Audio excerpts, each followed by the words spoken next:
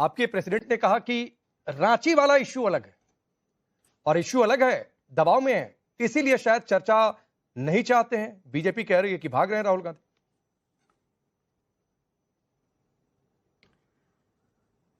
राकेश भाई, सबसे पहले तो आपको, मेरे को पैनलिस्ट को और आपके दर्शकों को मेरा नमस्कार। दूसरी बात, हेडलाइंस मैनेज करना भारतीय जनता पार्टी को बखूबी आता है, बहुत बढ़िया तरीके से आता है। क्योंकि पहले मैं आपको कुछ फैक्ट्स बता दूं, फिर मैं आपको एक क्रोनोलॉजी बताऊंगी। फैक्ट्स ये कि झारखंड में जिन स्टूडेंट्स ने प्रोटेस्ट किया उनकी कुछ डिमांड्स थी और ऑलमोस्ट 100% डिमांड्स को मान लिया गया, जिसमें से 3 पेपर जो थे वो कैंसिल किए गए, 3 जेपीएससी मेंबर्स का रेजिग्नेशन हुआ, 20 से ज्यादा गिरफ्तारी हुई, जिसमें एक फॉर्मर जेपीएससी के चेयरमैन है, प्लस 90 डेज का चार्जशीट का डेडलाइन। एक जाहिर सी बात है, जब सारी डिमांड्स ऑलमोस्ट मान ली गई तो स्टूडेंट्स के पास वायलेंट होने का कोई कारण ही नहीं बचता।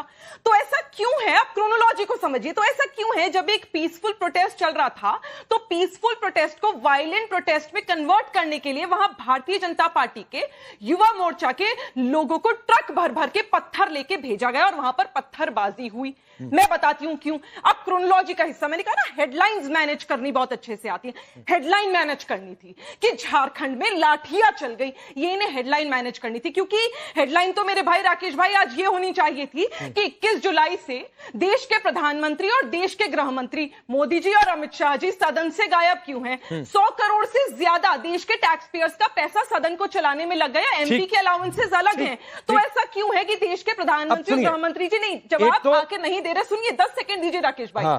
नहीं 10 सेकंड दीजिए राकेश भाई, बहुत इंपॉर्टेंट है। 10 सेकंड इसलिए दीजिए क्योंकि आज भी देश की जनता, यूथ और विपक्ष एक सवाल पूछ रहा है कि पैलेट गन्स छात्रों पर चलाने का आदेश किसने दिया, AK-47 चलाने का आदेश किसने दिया और क्यों स्टूडेंट्स को अपराधी की तरह ट्रीट किया गया। अब राकेश भाई, बहुत इंपॉर्टेंट बात, असल में क्या है ना, इसलिए गायब है देश के प्रधानमंत्री और गृह मंत्री जी क्योंकि प्रधानमंत्री का 5 बजे का स्लॉट बुक रहता है जब वो पार्लियामेंट आते हैं। अब सुनिए, मैडम सुनिए, बोलने का, एक तो एक कहावत है और चैनलों पे चलने का। निगत जी एक कहावत है तो देश का निगत जी एक कहावत है। प्रधानमंत्री, सुनिए मैडम, सुनिए मैंने आपको सुना, अनइंटरप्टेड सुना निगत। बात एक कहावत है, सुनिए निगत जी सुनिए, एक कहावत है, जिसका काम उसी को भावे और करे तो गोता खावे। आप समझती होंगी। तो हेडलाइन लिखना हमारा काम है, पत्रकारों का काम है। अब मैं आपको बताता हूं कि ये क्रोनोलॉजी में आप कहां फंस गए। जैसे दिल्ली में मुख्य मांग क्या थी। नहीं मैं आपको, अब सुन लीजिए, मेरी पूरी बात सुन लीजिए। आपको नहीं मैं नहीं कह रहा हूं कि आप मुझे व्यक्तिगत तौर पर कह रही हैं, मैंने एक कहावत कही। अब देखिए मामला कहां पर फंसा। दिल्ली में मुख्य मांग क्या थी, धर्मेंद्र प्रधान का इस्तीफा हो, यहीं पर मामला फंसा हुआ था। रांची में मुख्य मांग क्या है कि सीबीआई जांच हो, मामला यहीं पर फंसा हुआ है। आप कह दीजिए हमने सारी मांग मान ली, दिल्ली में सरकार सारी मांग मान लेती और धर्मेंद्र प्रधान का इस्तीफा नहीं होता तो यह कभी नहीं खत्म होता आंदोलन। धर्मेंद्र प्रधान का इस्तीफा हुआ, आंदोलन खत्म हुआ। ऐसे ही वहां पर है कि सीबीआई जांच हो, सीबीआई जांच मान नहीं रही है सरकार। और जानकारी है कि एक और मांग है, जो सीजीएल की परीक्षा है वो भी पूरी तरह से रद्द नहीं हो रही है। ये जो 2 मुख्य मांगे, पूरी दुनिया की बातें मान ली, जो मेन मांग थी उसको छोड़ दिया। नहीं, कोर्ट के ऑर्डर्स के लिए सीजीएल की परीक्षा की आप चर्चा कर रहे हैं, आप कह रहे हैं कि कोर्ट के ऑर्डर्स का उल्लंघन कर दिया जाए। अभी वहां पर जॉब्स लग चुकी है, सक्सेसफुली लग चुकी है, कोर्ट ने कहा है, उसमें सरकार इंटरवीन नहीं कर सकती, पहली बात, और अभी जरूरत भी नहीं। दूसरी बात आपने सीबीआई जांच की कही, अभी सीआईडी का इन्वेस्टिगेशन चल रहा है, 90 डेज का एक विंडो दिया गया, डेडलाइन दी गई है, चार्ज। तो मैडम यहां पर भी विंडो था, थोड़ा सरकार कह तो रही थी, को आपत्ति नहीं, सरकार कह तो रही थी कि हम बातचीत कर रहे हैं, विंडो तो यहां पर भी दिया था, लेकिन शर्त तो यही थी अभिजीत दीपके की, इस्तीफा से कम कुछ भी मंजूर नहीं। आपकी पार्टी भी कह रही थी इस्तीफा। निगत अब्बास राहुल गांधी प्रेस कॉन्फ्रेंसेस में कहते थे कि सिंबल है धर्मेंद्र प्रधान, ऐसे ही वहां पर सिंबल है सीबीआई इंक्वायरी। यही बातचीत है, यही फर्क है दोनों जगह पर। जरूरत पड़ेगी अगर लगेगा सरकार को। ऐसा नहीं है ना कि हथेली पे सरसों उग गया, कीजिए आज बोल दिया और कल हो गया। देखिए अगर सारी 98% ऑलमोस्ट 100% डिमांड्स मांग रही है तो फैक्ट्स पर बात ना एकदम मैं भी फैक्ट ही रख रहा हूं। अगर आप इंतजार करना चाहते हैं तो करिए। स्टूडेंट्स ये दिल्ली में इंतजार तो नहीं हुआ, दिल्ली में इंतजार नहीं हुआ निगत अब्बास जी, और संसद कूच हो गया। ऐसे ही वहां पर भी इंतजार नहीं हुआ, विधानसभा कूच हो गया, दोनों जगह लाठी चल गई। बिल्कुल, देखिए मैंने जो बात कही थी ना प्रत्यक्ष को प्रमाण के, राकेश भाई आपने बिल्कुल वहीं पे जाके नकेल कस दी कि दिल्ली और झारखंड का मुद्दा आ गया। अरे दिल्ली और झारखंड के मुद्दे में जमीन आसमान का फर्क है। यहां जब छात्र सड़कों पर उतरा था तो ये वही पार्टी के लोग हैं जिन्होंने इन स्टूडेंट्स को एंटी नेशनल कहा। ऑन रिकॉर्ड नितिन नवीन, राष्ट्रीय अध्यक्ष भारतीय जनता पार्टी के, जिन्होंने स्टूडेंट्स को वायरस कहा। ठीक है मैडम, वहां पर भी किसी छात्र ने हेमंत सोरेन को घटिया कोई गाली नहीं दे दी, किसी देवी देवता के लिए अभद्र टिप्पणियां नहीं कर दी गई जो दिल्ली में यहां पर देखने को मिला। यह भी एक फर्क है, तो उस पर भी आ जाइए। धनंजय गिरी, एक और मैं आता हूं, दो मेहमान और हैं। देंगे क्या चीज?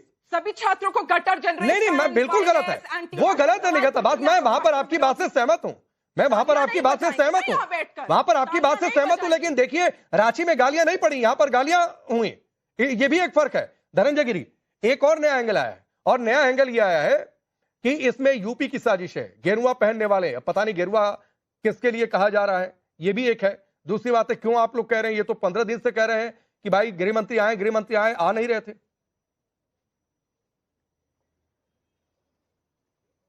राकेश जी, झूठ बोला है तो उस पर कायम रहो जफर। आदमी को साहिब किरदार होना चाहिए, लेकिन साहिब का किरदार ही शर्मसार करने वाला है।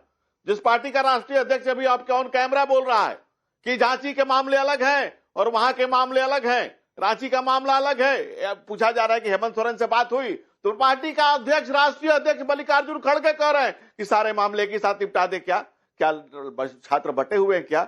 दिल्ली के छात्र अलग, वहां के छात्र अलग। अरे छात्र राष्ट्र का भविष्य, आने वाले भारत की तकदीर है, तस्वीर है। राहुल गांधी किसी प्राइवेट पार्टी का पांवपोष बनने के लिए नहीं है। 5 पीढ़ियों से, और हेडलाइन मैनेज।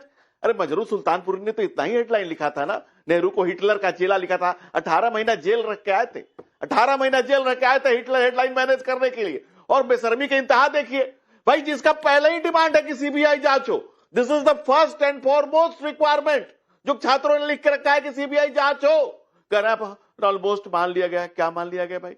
उन छात्रों का आप धन्यवाद दीजिए। ये प्रहलाद की तरह, ये तो नई पीढ़ी है, ये खुदीराम बोस की तरह, जिस तरह से हमारे गुरु के साहबजादों की तरह, जिन्होंने जैन जी की तरह जिन्होंने बलिदान दिया, जो एक नई पीढ़ी के जो सम्मान खड़ा करती है, उस ढंग से जिस तरह से शांतिपूर्ण प्रोटेस्ट कर रही है, शांतिपूर्ण अपनी मांग कर रही है, भूख हड़ताल पर बैठी हुई है, सरकार कटीले तार लगा रही है, बैरिकेडिंग लगा रही है, लाठियां बरसा रही है, और राहुल गांधी के मुंह से जबान से आवाज नहीं आ रही है। क्यों?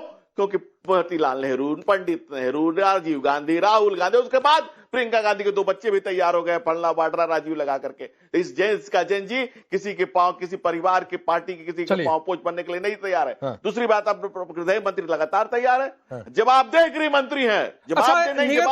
एक छोटी बात, फिर मैं अमित जमई जी के पास जाऊंगा।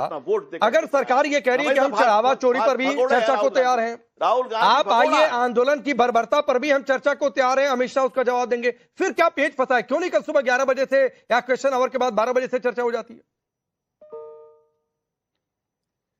अरे भैया, इतने दिन से कह तो रही हैं, यही तो कौन सी तैयारी थी जो 21 दिनों से चल रही थी, 21 जुलाई से चल रही थी? बताएं तो प्रधानमंत्री और गृह मंत्री जी, कौन से फर्रे लिख रहे थे आप बैठकर कि आपको वो रटने पड़ रहे हैं और अब आप आएंगे और बताएंगे? तो आइए, स्वागत है आपका, हम तो कह रहे हैं चर्चा करिए। और मैं हंस इसलिए रही थी जब मेरे दोस्त अभी भारतीय जनता पार्टी वाले बोल रहे थे, क्योंकि बड़ा नाटक, मुझे ऐसा लगा जैसे ड्रामेबाजी कर रहे थे। अरे अमित शाह जी आएंगे, जवाब दीजिए। अभी आप यहीं पर जवाब दे दो। आपने झारखंड पुरानी भाजपा आप भी हैं, बहुत भाजपा में सब जगह नहीं मिला, तब नई कांग्रेस में गई। नहीं सुनिए, बोलिए ना। नहीं, सुनिए गिरी साहब, सुनिए ऑन रिकॉर्ड बोलिए। मैं राकेश भाई किसी के बीच में नहीं बोलूंगी। ठीक है, नहीं धनंजय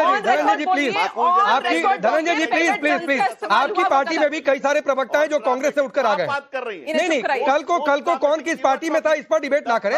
आपकी पार्टी में भी कई सारे प्रवक्ता हैं जो पहले कांग्रेस में थे और अब आकर आपकी पार्टी में है, तो वो छोड़ दीजिए, इस पर डिबेट ना करें। कल कौन किस पार्टी में था, आज कौन किस पार्टी में क्या रख रहा है, उस पर हम चर्चा करेंगे। धनंजय भाई आपके तो मुख्यमंत्री भी कांग्रेस के उधार लिए हुए हैं, आपने हमसे उधार ले रखे, तो इस बात पर मत जाइए। अच्छा, अब यहाँ पर ऑन रिकॉर्ड जो इंपॉर्टेंट है वो बोलिए। पैलेटगंज छात्रों पर चली गलत है, बोलिए। 47 के कांस्टेबल जो छात्रों के अमित जमई को लाइए, आ रहा हूं, निगत जी आ रहा हूं। अमित जमई साहब, एक मिनट, हाँ गिरी जी आ रहा हूं। अमित जमई साहब, आपकी पार्टी के सांसद ने कहा कि झारखंड सरकार तानाशाही के रास्ते पर है। अच्छा लगा, बहुत देखकर अच्छा लगा कि आपको मोदी सरकार के अलावा भी कोई तानाशाही लगता है, आपकी परिभाषा के हिसाब से। नहीं राकेश भाई, मेरा देखिए पहले दिन से समाजवादी पार्टी का ये सब मिशन है कि छात्रों के भविष्य को फुटबॉल ना बनाया जाए। आप जानते हो कि जो पार्टी सत्ता में होती है उसे सवाल किया जाता है। जब हम 21 दिन से सवाल कर रहे थे, हमारी बहन निघर सवाल कर रही थी, तब आप लोग जंतर मंतर को गाजा कह रहे थे। आप कह रहे थे जो लोग हैं नक्सलाइट हैं, माओवादी हैं, कम्युनिस्ट हैं, समाजवादी पार्टी के हैं। मेरा सिर्फ सवाल इतना ही है जो पहले दिन से है कि जिस 3 बात पे जेपी नड्डा जी से बात बनी छात्रों की, उन 3 बातों का क्या हुआ? तब तक तो झारखंड नहीं हुआ था। ठीक है, झारखंड में छात्रों के साथ बहुत गलत हुआ। पर्चा लीक का जो पूरा मामला है, आप हमारे उत्तर प्रदेश में जानते हो, एक बहुत ही नाकारा मुख्यमंत्री उत्तर प्रदेश का, जिनका नाम मुख्यमंत्री योगी आदित्यनाथ है, 20 बड़े पर्चे लीक हुए। और सुभाषिता जी तो एकेडमिक है, ये जानती हैं, पर्चा छापने वाली जितनी बड़ी कंपनियां हैं सब भारतीय जनता पार्टी आरएसएस के परिवार से जुड़ी हुई हैं और उनकी फैक्ट्री से ही पर्चा लीक होता है। तो सवाल ये कि बच्चों के भविष्य से खेल कौन रहा है? क्या कांग्रेस खेल रही है? समाजवादी पार्टी खेल रही है? आपने पैलेट गन का जवाब आज से आज तक, राकेश पांडे जी, आपका माइक किसी भारतीय जनता पार्टी के सांसद मंत्री के मुंह में माइक नहीं ठुसा कि पैलेट गन का पे जवाब कब देंगे। तो झारखंड में जो हुआ, निश्चित हमारे बच्चों के साथ कहीं पे भी जो हम लोग भी देखिए छात्र आंदोलन से आए, जामिया मिलिया इस्लामिया के दौर में कांग्रेस में यूपी 1 यूपी 2 बहुत लाठी पड़ती थी। जंतर मंतर में हम लोग डिटेन होते थे, पार्लियामेंट थाने में 12-12 20 घंटे रखे जाते थे। मेरे ख्याल से कई 100 घंटे हम लोग जेल काटे होंगे वहां पे पार्लियामेंट स्ट्रीट में, लेकिन कभी पैलेट नहीं चली। अमित जमैल साहब, सुनिए, दो तीन बातें आपने शिवरास्ता का नाम लिया तो शिवरास्ता विल रिप्लाई और वो ज्यादा बेहतर बता देंगे कि आपकी सरकारों में कितने पेपर लीक हुए थे। गिनवा मैं भी सकता हूं लेकिन नहीं,